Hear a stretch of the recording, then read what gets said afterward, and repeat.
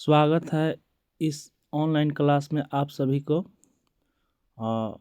आज हम पढ़ने जा रहे हैं। टॉपिक का नाम है करंट अफेयर्स, जो 8 फरवरी 2026 का करंट अफेयर्स है, जो आपके एग्ज़ाम के लिए बहुत ही महत्वपूर्ण है। जैसे UPSC, state PCS, BPSC, UPPCS, MPPCS, JPSC, RPSC, SPSC, SSC, CGL, state PCS, railway, banking, दरोगा, डिफेंस आदि सभी प्रतियोगी परीक्षाओं के लिए बेहद ही महत्वपूर्ण है।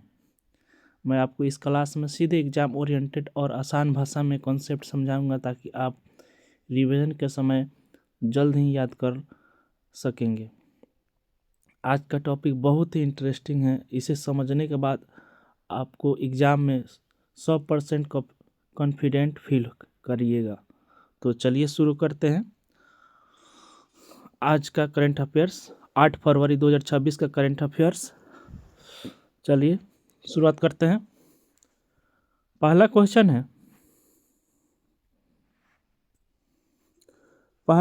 है कि फरवरी 2026 को थाईलैंड में किस आयोजन का निर्णय लिया गया है। यानी फरवरी 2026 को थाईलैंड में किस आयोजन का निर्णय लिया गया है। तो what significant referendum was scheduled in Thailand on 8 फरवरी 2026। तो 8 फरवरी 2026 को थाईलैंड में किस आयोजन का निर्णय लिया गया है। तो ऑप्शन 1 में है Asian membership vote, option B में है कॉन्स्टिट्यूशन, यहाँ पे कॉन्स्टिट्यूशन रेफरेंडम, यहाँ पे कॉन्स्टिट्यूशन नहीं होगा, कॉन्स्टिट्यूशन रेफरेंडम होगा। ऑप्शन सी में एबोलिश मोनार्ची, ऑप्शन डी में एनवायरनमेंट प्रोटेक्शन। तो जो फरवरी 2026 को थाईलैंड में किस आयोजन का निर्णय लिया गया है, तो इसका आंसर हो जाएगा फरवरी 2026 को थाईलैंड में न्यू कॉन्स्टिट्यूशन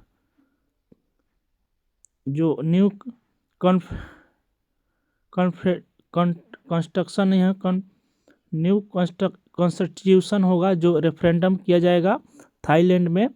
जो नया कॉन्स्टिट्यूशन का क्या होगा, रेफरेंडम होगा। तो इसका आंसर हो जाएगा ऑप्शन बी सही हो जाएगा।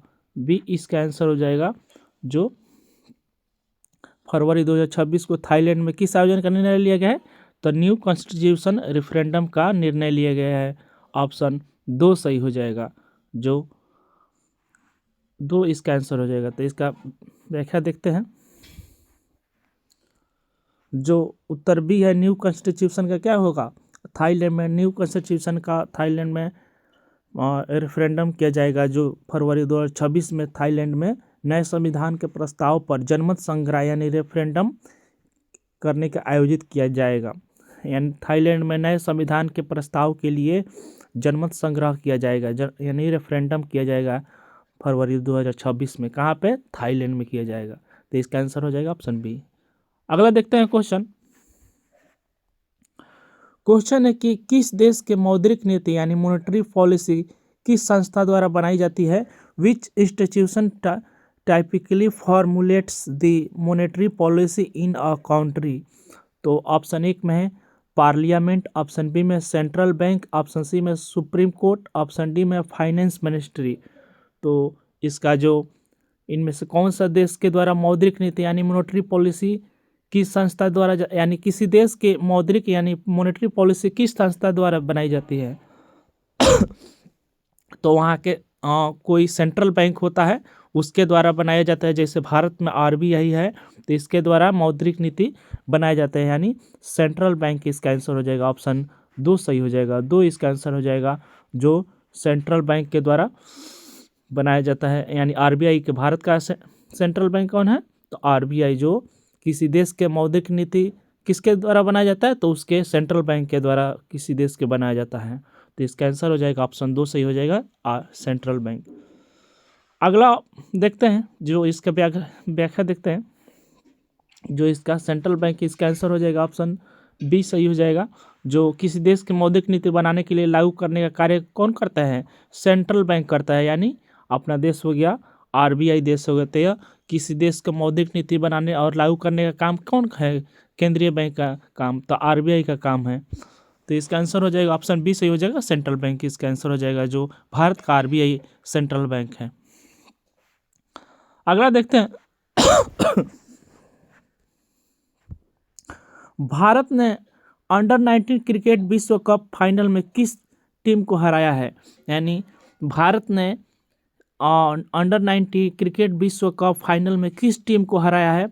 तो India defeated which team in the under 19 cricket world cup final. यानी India defeated which team in the under 19 cricket world cup final. यानी भारत ने अंडर 19 क्रिकेट विश्व कप फाइनल में किस टीम को हराया है हाल ही में। तो ऑप्शन 1 में ऑस्ट्रेलिया, ऑप्शन बी में इंग्लैंड, ऑप्शन 3 में दक्षिण अफ्रीका, ऑप्शन 4 में न्यूजीलैंड। तो इसका आंसर हो जाएगा, इसका आंसर आप लोग कमेंट में बताइए। तो इसका आंसर हो जाएगा इंग्लैंड, इसका आंसर हो जाएगा। जो भारत ने अंडर 19 क्रिकेट विश्व कप फाइनल में किस टीम को हराया है, तो इंग्लैंड को हराया है। जो आंसर हो जाएगा ऑप्शन बी, इंग्लैंड को हाल ही में भारत ने हराया है। 2026 में भारत ने अंडर 19 विश्व कप में 2026 में किसको हराया, इंग्लैंड को हराया है। यह भारत की छठी यानी अंडर 19 विश्व कप की जीती है, छठी बार। कौन से 19वीं विश्व कप जीती है, 19वीं बार ये हुआ है। अगला देखते हैं, अगला क्वेश्चन है कि भारत ने ICC under 19 men's cricket world cup 2026 का खिताब जीतकर कितनी बार यह ट्रॉफी हासिल की है। यानी भारत ने जो ICC under 19 men's cricket world cup 2026 का खिताब जीतकर कितनी बार यह ट्रॉफी हासिल की है। तो by winning the ICC under 19 men's cricket world cup 2026 India extended its record to how many titles. तो कितनी बार हुआ है भारत ने ICC under 19 men's cricket world cup जीतकर 2026 का खिताब जीतकर कितनी बार यह ट्रॉफी हासिल की है भारत ने। तो ऑप्शन 1 में है 5वीं बार, ऑप्शन बी में 6ठी बार, ऑप्शन 3 में है 7वीं बार, ऑप्शन 4 में है 4थी बार। तो इसका आंसर हो जाएगा जो ऑप्शन कितनी बार है, आप लोग इसका आंसर हो जाएगा ऑप्शन ए, 5वीं बार इसका आंसर हो जाएगा, 5वीं बार। जो भारत ने ICC under 19 men's cricket world cup 2026 के खिताब जीतकर कितनी बार ट्रॉफी हासिल की है, तो 5वीं बार। जो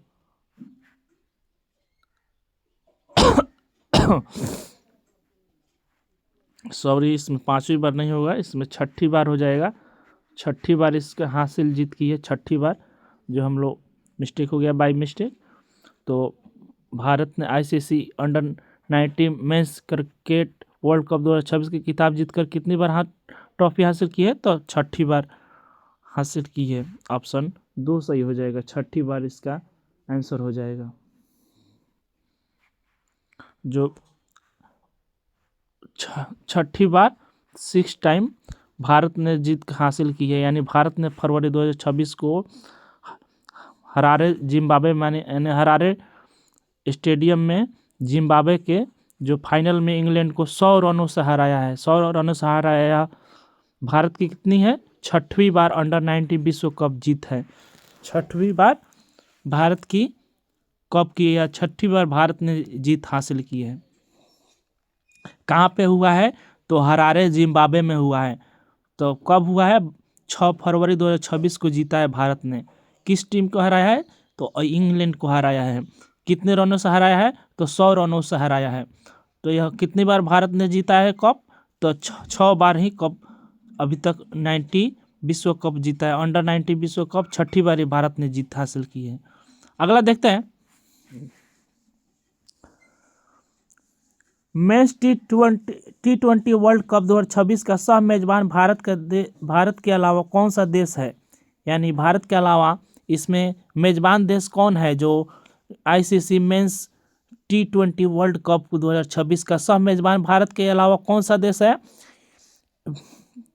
besides India which country is co-hosting the ICC men's टी20 world cup 2026।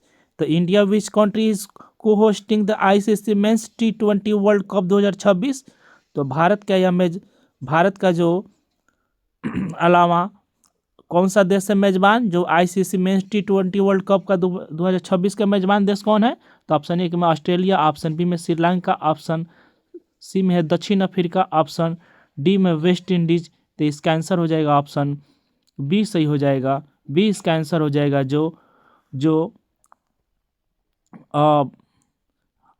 Mains T20 world cup 2026 का सह मेजबान देश कौन सा है? तो श्रीलंका है। भारत के अलावा इसमें से कौन सा देश सह मेजबान देश है? तो श्रीलंका है। ऑप्शन बी सही हो जाएगा, श्रीलंका इसका आंसर हो जाएगा। जो श्रीलंका इसका आंसर हो जाएगा, जो श्रीलंका इसका आंसर हो जाएगा। श्रीलंका जो 2026 का T20 वर्ल्ड कप का भारत और श्रीलंका द्वारा संयुक्त रूप से आयोजित किया जाएगा, यानी संयुक्त रूप से आयोजित किया गया है। अगला देखते हैं। दिल्ली पुलिस ने ऑनलाइन दुरुपयोगों पर नकेल कसने हेतु कौन सा अभियान शुरू किया है? Delhi police launched with operation targeting online misuse, यानी Delhi police launched which operation targeting online misuse. Delhi police ने ऑनलाइन दुरुपयोग पर नकेल कसने हेतु कौन सा अभियान शुरू किया है? तो ऑप्शन एक में ऑपरेशन शस्त्र, ऑप्शन बी में है ऑपरेशन क्लीन, ऑप्शन सी में है ऑपरेशन साइबर, ऑप्शन डी में ऑपरेशन शील्ड। तो इनमें से कौन से दिल्ली पुलिस ने ऑनलाइन दुरुपयोगों पर नकेल कसने हेतु अभियान शुरू किया है? तो इसका आंसर हो जाएगा ऑप्शन, जो ऑप्शन इसमें आंसर हो जाएगा, कौन सा आंसर हो जाएगा? तो ऑपरेशन शस्त्र इसका आंसर हो जाएगा, ऑप्शन ए सही हो जाएगा। ऑपरेशन कौन सा सही हो जाएगा? ऑपरेशन शस्त्र इसका आंसर हो जाएगा, ऑपरेशन शस्त्र, ऑपरेशन शस्त्र इसका आंसर हो जाएगा। ऑपरेशन शस्त्र के माध्यम से दिल्ली पुलिस ने ऑपरेशन शस्त्र शुरू किया गया ताकि ऑनलाइन दुरुपयोग और साइबर अपराध पर नियंत्रण किया जा सके, यानी साइबर अपराध को और ऑनलाइन दुरुपयोग हो रहा है उसको नियंत्रण किया जाए। किसके द्वारा शुरू किया गया है? तो दिल्ली पुलिस द्वारा शुरू किया गया है। कौन सा ऑपरेशन शुरू किया गया है? ऑपरेशन शस्त्र शुरू किया गया है। किस लिए शुरू किया गया है? तो ऑनलाइन दुरुपयोगों को और साइबर अपराध पर नियंत्रण के लिए शुरू किया गया है। ऑपरेशन शस्त्र शुरू किया गया किस पुलिस द्वारा? तो दिल्ली पुलिस द्वारा। अगला क्वेश्चन देखते हैं। क्वेश्चन है कि नमस्ते योजना के तहत कितने कचरा बीनने वाले यानी वेस्ट पिकर्स को डेटा जारी किया गया है? जो नमस्ते योजना के तहत कितने कचरा बीनने वाले ने डस्टबिन यानी कचरा बीनने वाले वेस्ट पिकर्स का डेटा जारी किया गया है, यानी अंडर नमस्ते योजना के तहत स्कीम है data on so many waste pickers was released. तो ऑप्शन एक में 1 लाख, ऑप्शन बी में 1,52,000, ऑप्शन सी में 2 लाख, ऑप्शन सी में 2,50,000। तो इसका आंसर हो जाएगा जो नमस्ते योजना के तहत इनमें से कितने कचरा बीनने वालों को यानी वेस्ट पिकर्स का डेटा जारी किया गया है? तो इसका आंसर हो जाएगा ऑप्शन 1,52,000 इसका आंसर हो जाएगा, 1,52,000, जो ऑप्शन बी सही हो जाएगा। जो 1,52,000 नमस्ते योजना के तहत कचरा बीनने वाले लोगों की संख्या है भारत में, वेस्ट पिकर्स की संख्या कितनी है? तो 1,52,000। अगला देखते हैं। जो 1,52,000 है, केंद्र सरकार ने यह नमस्ते योजना के तहत 1,52,000 वेस्ट पिकर्स का डेटा जारी किया है ताकि इनफॉर्मल वर्कर को फॉर्मल किया जा सके, यानी इनफॉर्मल वर्कर को क्या किया जाए? फॉर्मल किया जा सके, वेस्ट मैनेजमेंट को सुधारा जा सके। किस लिए किया गया है? तो इनफॉर्मल वर्कर्स को फॉर्मल किया जा सके और वेस्ट मैनेजमेंट को सुधारा जा सके। अगला देखते हैं। भारत का पहला पोर्ट कौन सा है जिसने एंटी ड्रोन सिस्टम तैनात किया है? यानी which Indian port became the first to deploy an anti drone system? भारत का पहला पोर्ट कौन सा है जिसने एंटी ड्रोन सिस्टम तैनात किया है? Which Indian port became the first to deploy an anti drone system? Mumbai airport option B में है BO Chidambaranar port, option C में है कांडला पोर्ट, ऑप्शन डी में है जवाहरलाल नेहरू पोर्ट। तो जो भारत का पहला पोर्ट कौन सा है जिसने एंटी ड्रोन सिस्टम तैनात किया है? Which Indian port became the first to deploy an anti drone system? तो इसका आंसर हो जाएगा ऑप्शन बी सही हो जाएगा। BO यानी BO चिंदबरनार पोर्ट है जो भारत का पहला पोर्ट है जो एंटी ड्रोन सिस्टम तैनात किया गया है। किस पे किया गया है? तो BO चिंदबरनार पोर्ट पे किया गया है, तैनात किया है। भारत का पहला पोर्ट है जो एंटी ड्रोन सिस्टम तैनात किया गया है। कहाँ पे किया गया है? BO चिंदबरनार पोर्ट तैनात पर किया गया है एंटी ड्रोन सिस्टम। कहाँ है BO चिंदबरनार पोर्ट? तो आइए देखते हैं। तो चिंदबरनार पोर्ट जो इसका आंसर हो जाएगा ऑप्शन बी सही हो जाएगा। चिंदबरनार पोर्ट है जो कहाँ, जो सिस्टम के लिए चिंदबरनार पोर्ट जो मैरीटाइम सिक्योरिटी सिस्टम थ्रेट से निपटने के लिए भारत का पहला एंटी ड्रोन सिस्टम लगाया गया है।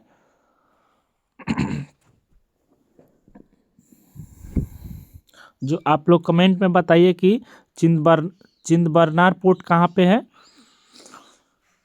तो यह भारत का पहला एंटी ड्रोन सिस्टम लगाया गया है चिंदबरनार पोर्ट पर। अगला क्वेश्चन देखते हैं। फरवरी 2026 में दुनिया के सबसे बड़ी प्लास्टिक प्रदर्शनियों में से एक प्लास्टिक इंडिया 2026 कहाँ शुरू हुआ है? तो where did the Plast India 2026 one of the world's largest plastics exhibitions commence, यानी फरवरी 2026 में दुनिया का सबसे बड़ी प्लास्टिक प्रदर्शनियों में से एक प्लास्ट इंडिया 2026 कहाँ शुरू हुआ है? तो ऑप्शन 1 में है मुंबई, ऑप्शन बी में बेंगलुरु, ऑप्शन सी में है भारत मंडपम या नई दिल्ली, ऑप्शन डी में है गांधीनगर। तो फरवरी 2026 में दुनिया का सबसे बड़ी प्लास्टिक प्रदर्शनियों में से एक प्लास्ट इंडिया 2026 कहाँ शुरू हुआ है? तो इसका आंसर हो जाएगा भारत मंडपम नई दिल्ली में शुरू हुआ है। ऑप्शन सी सही हो जाएगा। नई दिल्ली इसका आंसर हो जाएगा, जो भारत मंडपम नई दिल्ली में शुरू किया जाएगा फरवरी 2026 में। दुनिया का सबसे बड़ी प्लास्टिक प्रदर्शनी में से एक प्लास्ट इंडिया 2026 कहाँ शुरू किया जाएगा? तो भारत मंडपम नई दिल्ली में शुरू किया जाएगा। ऑप्शन सी सही हो जाएगा। अगला देखते हैं। जो सी भारत मंडपम नई दिल्ली में इसका शुरुआत की गई है। जो प्लास्ट इंडिया 2026 का यह कौन सा संस्करण है? तो 12वां संस्करण है जो भारत मंडपम नई दिल्ली में शुरू हुआ है। प्लास्टिक उद्योग के नवाचार प्रदर्शित किए गए हैं। प्लास्टिक उद्योग के लिए नवाचार प्रदर्शित किए गए हैं। जो कौन सा संस्करण है? प्लास्ट इंडिया 2026 का कौन सा संस्करण है? तो 12वां संस्करण है, जो ऑप्शन सी सही हो जाएगा। अगला क्वेश्चन देखते हैं। किस शहर को उत्तर प्रदेश का पहला zero fresh waste dump city घोषित किया गया? यानी which city has been declare as Uttar Pradesh first zero fresh waste dump city? यानी किस शहर को उत्तर प्रदेश का पहला zero fresh waste dump city घोषित किया गया है? तो ऑप्शन 1 में है वाराणसी, ऑप्शन बी में है लखनऊ, ऑप्शन सी में है नोएडा, ऑप्शन डी में है प्रयागराज। तो इनमें से किस शहर को उत्तर प्रदेश का पहला zero fresh waste dump city घोषित किया गया है? तो इसका आंसर हो जाएगा ऑप्शन लखनऊ। इसका आंसर हो जाएगा लखनऊ।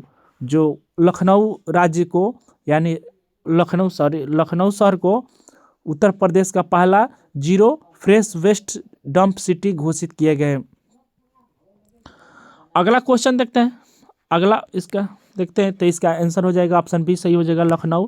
जो लखनऊ ने दैनिक उत्पादन को कचरे को 100% वैज्ञानिक प्रसंस्करण कर स्वच्छ एवं नए कचरे से मुक्त शहर बनाने के लिए उपलब्धि हासिल की है। कौन शहर है? तो लखनऊ है, जो 100% वैज्ञानिक प्रसंस्करण किया जाएगा स्वच्छ एवं नए कचरे से मुक्त शहर बनाने के लिए उपलब्धि हासिल की है, जहाँ पर वैज्ञानिक रूप से वहाँ पर प्रसंस्करण किया जाएगा, स्वच्छ एवं नए कचरे से मुक्त शहर बनाया जाएगा, जो बन गया है भारत का लखनऊ शहर। आइए अगला क्वेश्चन देखते हैं। जो भारत का पहला बड़े पैमाने पर स्वदेशी ग्रीन यूरिया प्लांट किस स्थान पर विकसित किया जा रहा है? तो जो भारत का पहला बड़े पैमाने का स्वदेशी ग्रीन यूरिया प्लांट किस स्थान पर विकसित किया जा रहा है? तो India's first large scale indigenous green area plant is being developed eight which location? तो पुदिम दक्का आंध्र प्रदेश, ऑप्शन बी में है जामनगर गुजरात, ऑप्शन सी में पारादीप उड़ीसा, ऑप्शन डी में हल्दिया पश्चिम बंगाल। तो इनमें से चारों में से कहाँ पे भारत का पहला बड़े पैमाने पर स्वदेशी ग्रीन यूरिया का प्लांट किस स्थान पर विकसित किया जा रहा है? तो ऑप्शन एक सही हो जाएगा, पुदिम दक्का आंध्र प्रदेश इसका आंसर हो जाएगा। पुदिम दक्का आंध्र प्रदेश, पुदिम दक्का आंध्र प्रदेश इसका आंसर हो जाएगा। जो भारत का पहला बड़े पैमाने पर स्वदेशी ग्रीन यूरिया प्लांट किस स्थान पर विकसित किया जा रहा है? पुदिम दक्का आंध्र प्रदेश इसका आंसर हो जाएगा। अगला देखते हैं। तो पुदिम दक्का कहाँ है? आंध्र प्रदेश में है। जो भारत का पहला बड़े पैमाने पर स्वदेशी green urea plant पुदिम दक्का Andhra Pradesh में विकसित किया जा रहा है। जो किसके द्वारा विकसित किया जा रहा है? तो एनटीपीसी के द्वारा ग्रीन एनर्जी और आसागो इंडस्ट्री के सहयोग से नवीकरणीय ऊर्जा और ग्रीन हाइड्रोजन का उपयोग इसमें यूरिया का उत्पादन होगा। यानी नवीकरणीय ऊर्जा होगा, सस्टेनेबल नवीकरणीय रिन्यूएबल एनर्जी और ग्रीन हाइड्रोजन के उपयोग से यूरिया का उत्पादन किया जाएगा, जो वातावरण के लिए बहुत ही लाभदायक होगा।